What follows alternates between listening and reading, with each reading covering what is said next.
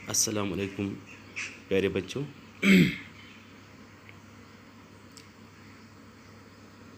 हमारा आज का सब्जेक्ट है सोशल साइंस, क्लास 8th,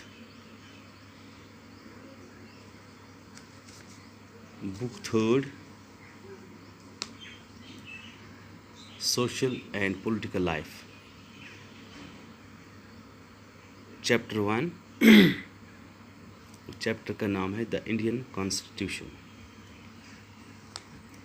तो प्यारे बच्चों, सबसे पहले हम जानेंगे कि कॉन्स्टिट्यूशन क्या है, क्या होता है, उसी को हम डिफ़ाइन करेंगे। ठीक है। कॉन्स्टिट्यूशन जिसे हम आइन कहते हैं, तो पहले हम इसी को डिफ़ाइन करेंगे। A constitution is a statement of the basic principles and laws of a nation, state or social group that determine the powers and duties of the government and guarantee certain rights to the people in it. ठीक है, ये constitution की एक definition है। इसकी बहुत सारी definitions हैं, तो एक डिफिनेशन मैंने आपके सामने पेश की कॉन्स्टिट्यूशन के बारे में। क्योंकि हमारा चैप्टर है द इंडियन कॉन्स्टिट्यूशन, तो इंडियन कॉन्स्टिट्यूशन जो है मुख्तसरन हम बात करेंगे। इसको कब एडॉप्ट किया गया, यहाँ पे जब कॉन्स्टिट्यूंट असेंबली बनाई गई तो उसमें इसको पास किया गया 26 नवंबर 1949 में। Then it came into effect on 26 January 1950, जिसे रिपब्लिक डे के तौर पर मनाया जाता है तब से लेकर। ठीक है। इसके अलावा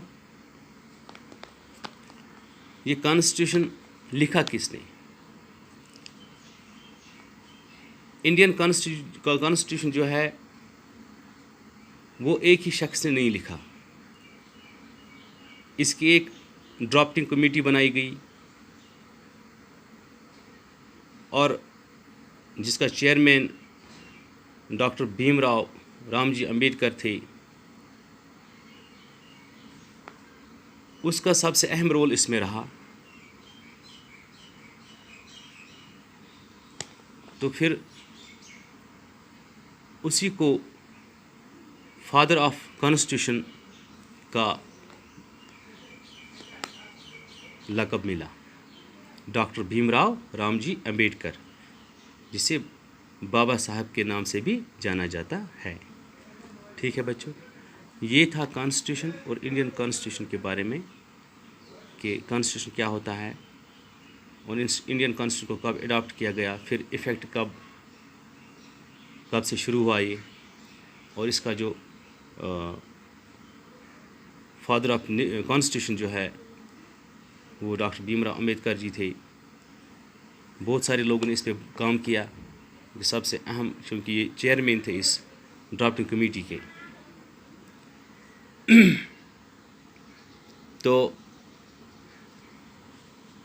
बच्चों, जैसा कि आप जानते हैं, ये जो चैप्टर है इसमें भी हम इंडियन कॉन्स्टिट्यूशन के बारे में पढ़ेंगे और ये भी जानेंगे कि एक मुल्क को कॉन्स्टिट्यूशन की ज़रूरत क्यों पड़ती है, एक आइन की ज़रूरत क्यों पड़ती है।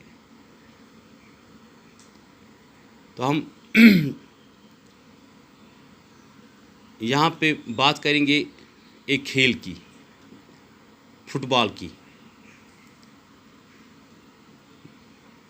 आपने सुना होगा इसका नाम भी, या कईयों ने इसे खेला भी होगा। जैसे नाम से ही पता चलता है कि ये गेम है, इसमें प्लेयर्स होते हैं जो पैर से खेलते हैं। फुटबॉल इसका नाम है। इसमें भी रूल्स होते हैं इस फुटबॉल में। अगर हम फुटबॉल खेल के दौरान बॉल किसी के आर्म पे, किसी के हाथ पे लगती है तो वो फाउल माना जाता है,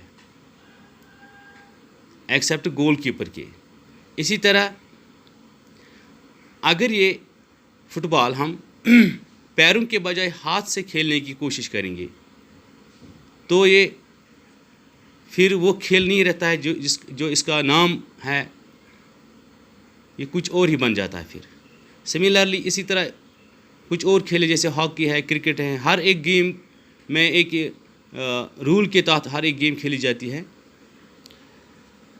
जो रूल क्या होते हैं, रूल से इसको मदद मिलती है कि गेम को कैसे डिफ़ाइन करना है, किस तरह हम एक गेम को दूसरे गेम से डिस्टिंग्विश करेंगे, डिफरेंशिएट करेंगे,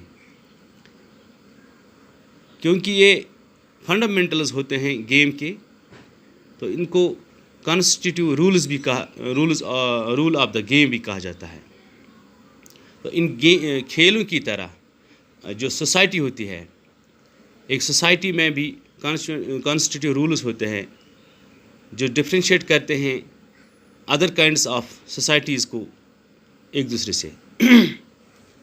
तो बड़ी बड़ी लार्ज सोसाइटीज़ में इसमें डिफरेंट कम्युनिटीज़ होते हैं लोगों की, एक मिलजुल कर रहते हैं, तो वहाँ पे भी इन रूल्स को लागू किया जाता है। और जो मॉडर्न कंट्रीज़ है,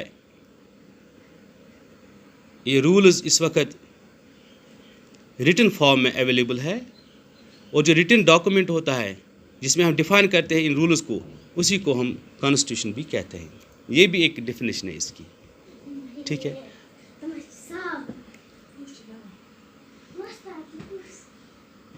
तो प्यारे बच्चों, आज हमने ये चैप्टर शुरू किया, यहाँ तक आपने पढ़ा कॉन्स्टिट्यूशन के बारे में, इंडियन कॉन्स्टिट्यूशन के एडॉप्टेशन के बारे में, ये कब इफ़ेक्ट में आई, इसके फादर ऑफ